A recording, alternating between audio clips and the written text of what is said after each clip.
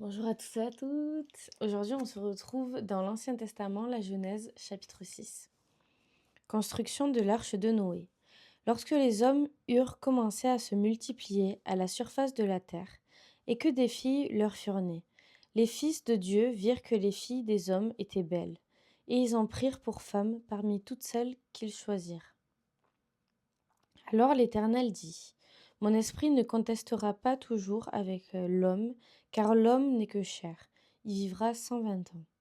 Il y avait des géants sur la terre à cette époque-là.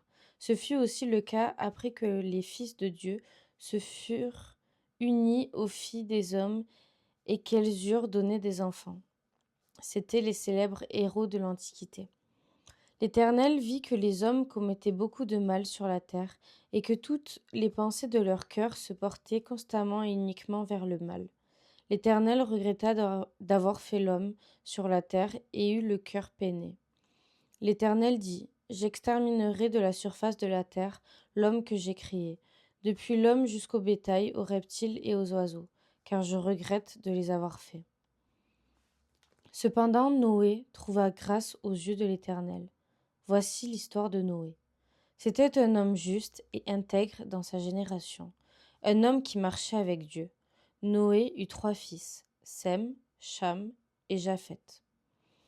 La terre était corrompue devant Dieu, elle était pleine de violence. Dieu regarda la terre et constata qu'elle était corrompue, car tout le monde avait corrompu sa conduite sur la terre.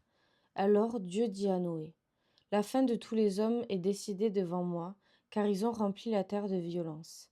Je vais les détruire avec la terre.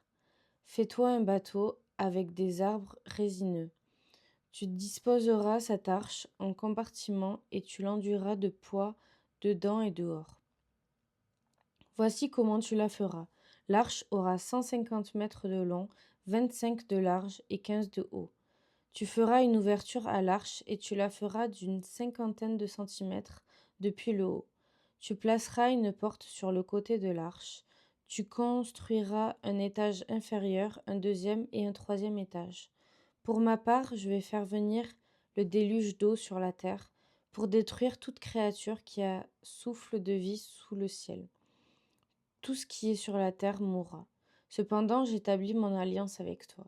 Tu entreras dans l'arche avec tes fils, ta femme et les femmes de tes fils. De tout ce qui vit, de toute créature, tu feras entrer dans l'arche 2 membres de chaque espèce pour leur conserver la vie avec toi. Il y aura un mâle et une femelle, des oiseaux selon leur espèce, du bétail selon